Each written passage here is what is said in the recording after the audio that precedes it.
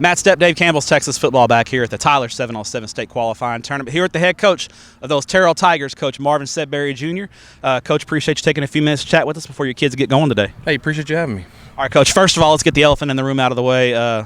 Was not appreciative of the Terrell Tigers knocking off my Everman Bulldogs in the second round of the playoffs.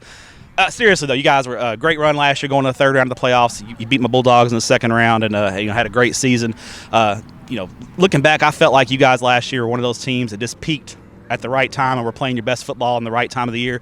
How special was that football team to you? Man, it was super special. You gave us that motivation that week. You just don't know that, but you gave us that motivation. But, no, it was really awesome. I tell people on the back half of the 5 regular season games, we go 4-1, and that one that we lost was by 7, and our kids really zoned in. We had the bye week at midseason, and it was special, man. Those kids locked in, and, you go win a first-round game, and then all of a sudden, that's what my dad always told us, it's hard to win the first one. So then once we won the first one, it was just kind of ride the mojo. Yeah. I mean, that second round playoff win, it was cold.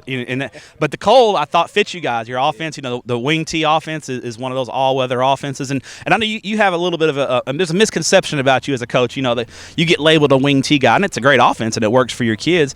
But I think you're the kind of guy, talking to you in the past and seeing your teams in the past, you're a guy who I'm going to run what offense works best for my team and gives us the best chance to win.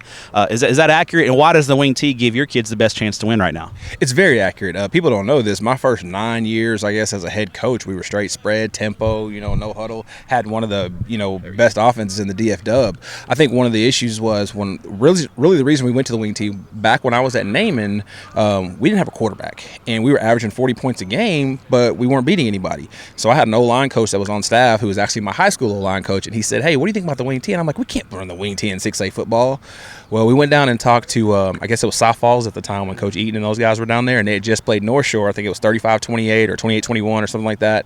It was a 7-point game in the second round, and they were in the wing T. So we went down to clinics with them, and so we went to it, and we never missed the playoffs again at Naaman. Well, then when I got the Terrell job, they were coming out of the flex bone. So there was no quarterback that was developed, and so you had to do something instant. I got hired in May, and there were 16 days of school left. So we went to the wing T, and honestly, we've just slowly gotten better. And within Terrell, you don't know what kind of kids you're going to have every year. Kind of cycles, right? Exactly. Small town, right? Exactly. So you have to come up with a system that is something steady.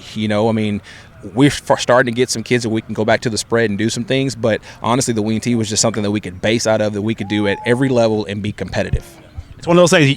Coach Sedberry runs the offense that gives his team the best chance to win. Exactly. All right, now looking at 7-on-7, and I know you guys are at installing some spread stuff, and you guys played very well in the Melissa qualifier a few weeks ago.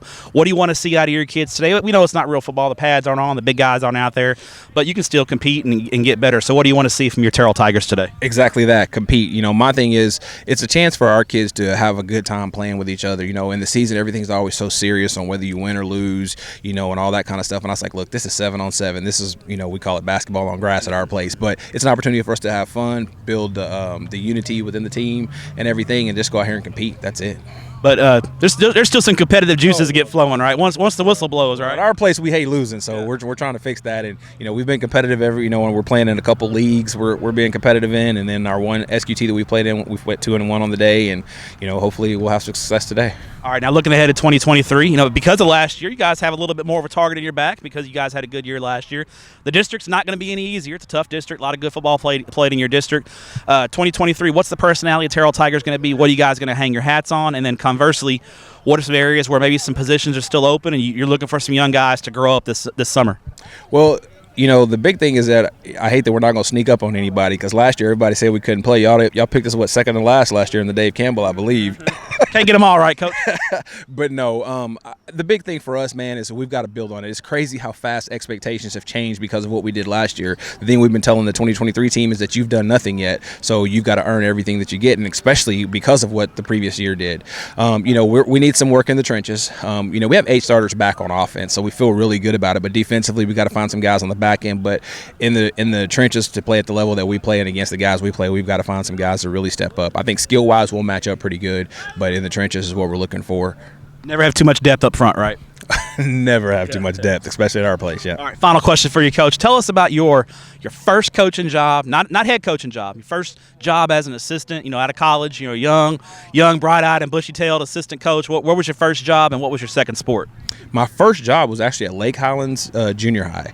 I coached football, basketball, and track. It was kind of crazy because I guess it was two of us that knew football. So I had the offense, the other guy had the defense, and we figured it out at both levels. And then doing the laundry and everything, right? Line in the field, all that stuff. That's it. We had a gravel track around it. It wasn't even a real track. So, but then my second sport was basketball. I think I'm one of the few head coaches that actually loves basketball, and we're actually pretty good. I got to coach the same group of kids from 7th grade, 8th grade, and 9th grade. And in 9th grade, we go 19-1. Okay. And so it was all coaching, right? All coaching, baby.